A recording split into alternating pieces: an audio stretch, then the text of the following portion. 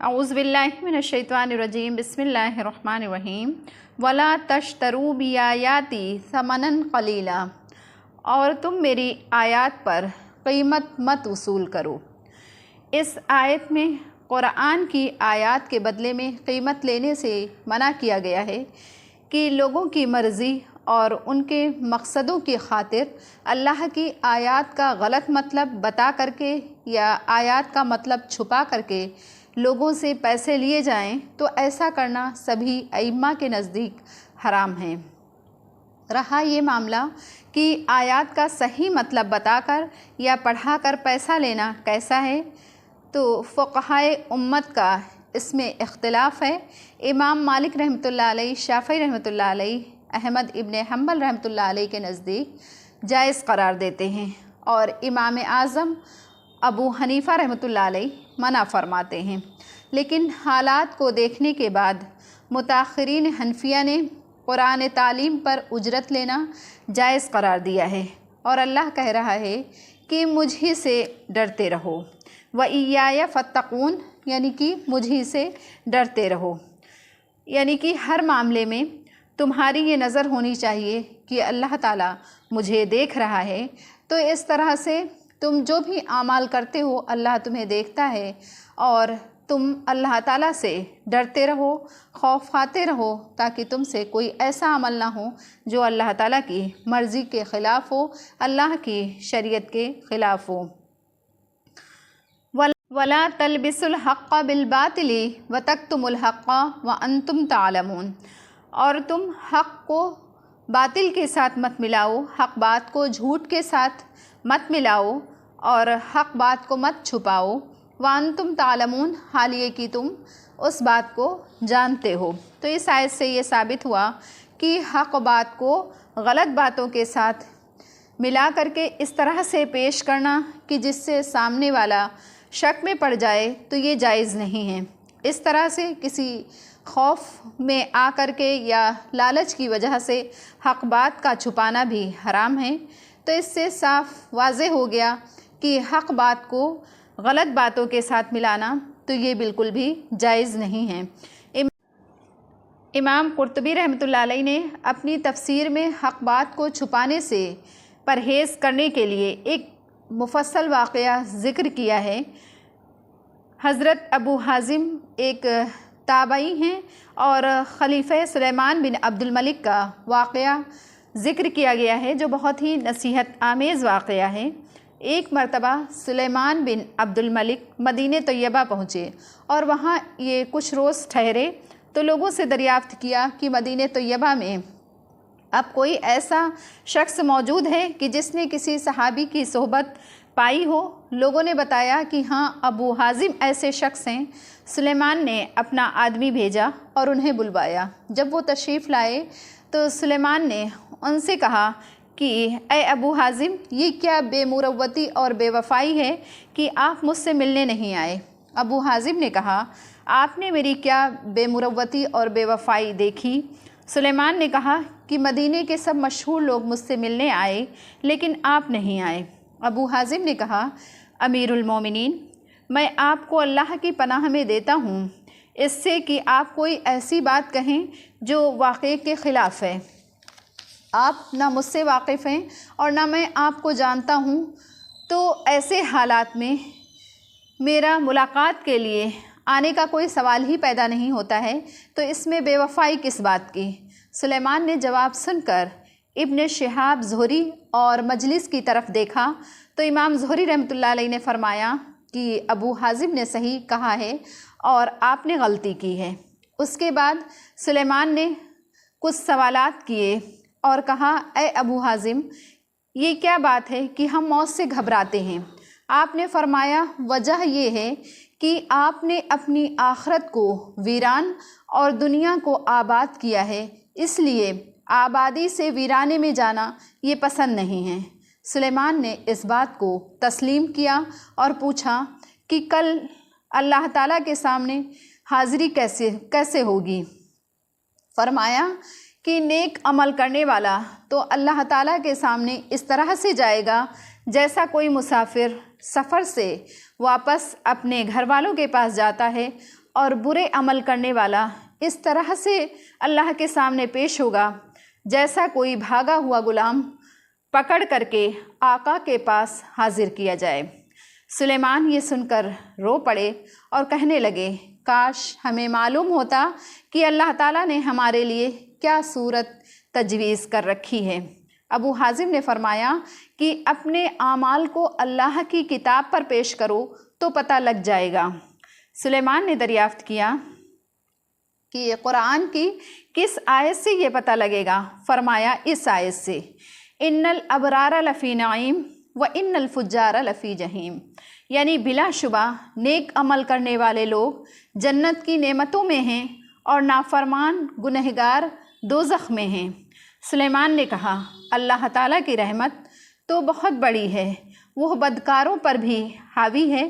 فرمایا، ان رحمت اللہ قریب من المحسنین، یعنی اللہ تعالیٰ کی رحمت نیک عمل کرنے والوں سے قریب ہے۔ سلیمان نے پوچھا، اے ابو حازم، اللہ کے بندوں میں سب سے زیادہ عزت والا کون شخص ہے؟ فرمایا، وہ لوگ جو نرمی رکھتے ہیں اور عقل سلیم رکھنے والے ہیں۔ پھر پوچھا، کون سا عمل افضل ہے؟ تو فرمایا کہ فرائض اور واجبات کی ادائیگی حرام چیزوں سے بچنے کے ساتھ ہو۔ پھر پوچھا کہ کون سی دعا زیادہ قابل قبول ہے؟ تو فرمایا کہ جس شخص پر احسان کیا گیا ہے اس کی دعا اپنے محسن کے لیے یہ زیادہ قبول ہونے کے قریب ہے۔ پھر دریافت کیا کہ صدقہ کون سا افضل ہے؟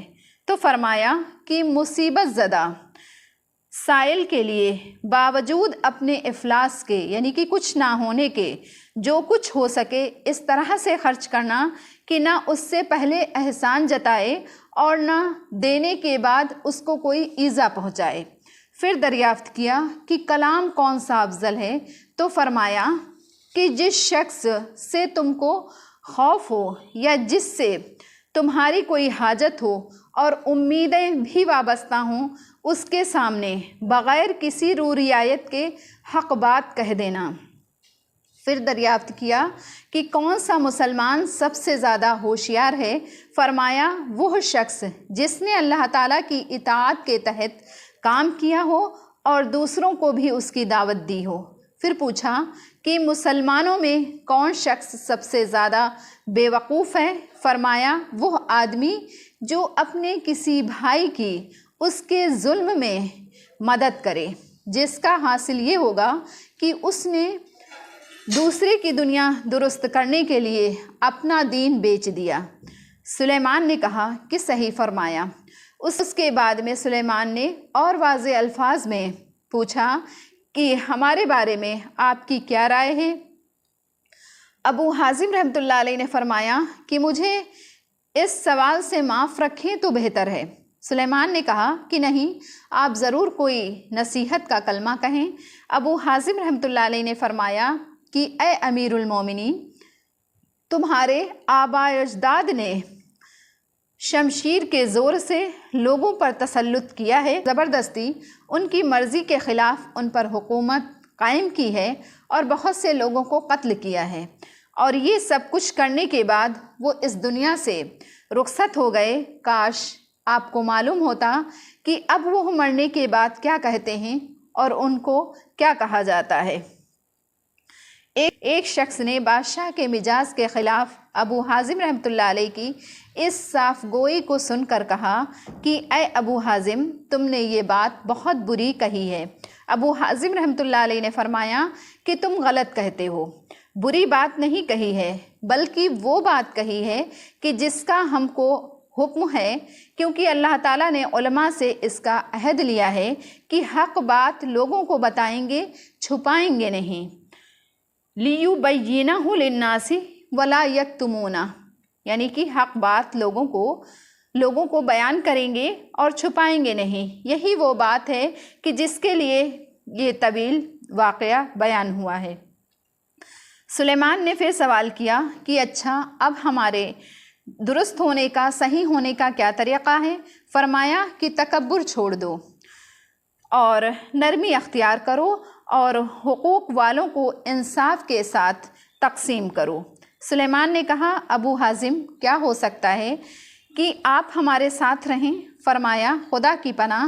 سلیمان نے پوچھا یہ کیوں؟ فرمایا اس لیے کہ مجھے خطرہ یہ ہے کہ میں تمہارے مال اور دولت اور عزت کی وجہ سے کہیں کچھ مائل نہ ہو جاؤں کہ جس کے نتیجے میں مجھے عذاب بھگتنا پڑے۔ پھر سلیمان نے کہا کہ اچھا کوئی آپ کو ضرورت ہو تو بتائیے، ہم آپ کی ضرورت کو پورا کریں گے۔ فرمایا کہ ہاں ایک ضرورت ہے، جہنم سے نجات دلا دو اور جنت میں داخل کر دو۔ سلیمان نے کہا کہ یہ تو میرے اختیار میں نہیں ہے۔ فرمایا کہ پھر مجھے آپ سے اور کوئی حاجت طلب نہیں ہے۔ آخر میں سلیمان نے کہا کہ اچھا میرے لیے دعا کیجئے۔ تو ابو حازم نے یہ دعا کی، یا اللہ اگر سلیمان آپ کا پسندیدہ ہے تو اس کے لیے دنیا اور آخرت کی بہتری کو آسان بنا دے، اور اگر وہ آپ کا دشمن ہے تو اس کے بال پکڑ کر اپنی مرضی اور محبوب کاموں کی طرف لے آ۔ سلیمان نے کہا کہ مجھے کچھ وصیت فرما دے۔ ارشاد فرمایا کہ مختصر یہ ہے کہ اپنے رب کی عظمت اور خوف اس درجے میں رکھو کہ وہ تمہیں اس مقام پر نہ دیکھے جس سے اس نے منع کیا ہے، اور اس مقام سے تمہیں غیر حاضر نہ پائے جس کی طرف آنے کا اس نے حکم دیا ہے۔ سلیمان نے اس مجلس سے فارغ ہونے کے بعد 100 گنیاں انہیں بطور انعام کے ابو حازم کے پاس بھیجی۔ ابو حازم نے ایک خط کے ساتھ ان کو واپس کر دیا۔ خط میں لکھا تھا اگر یہ 100 دینار میرے کلمات کا معاوضہ ہیں تو میرے نزدیک خون اور خنزیر کا گوشت اس سے بہتر ہے، اور اگر اس لیے بھیجا ہے کہ بیت المال میں میرا حق ہے تو مجھ جیسے ہزاروں علماء اور دین کی خدمت کرنے والے ہیں، اگر سب کو آپ نے اتنا ہی دیا ہے تو میں بھی لے سکتا ہوں، ورنہ مجھے اس کی ضرورت نہیں ہے۔ ابو حازم کے اس ارشاد سے اپنے کلمات نصیحت کا معاوضہ لینے کو خون اور خنزیر کی طرح قرار دیا ہے۔ صدق اللہ العلی العظیم۔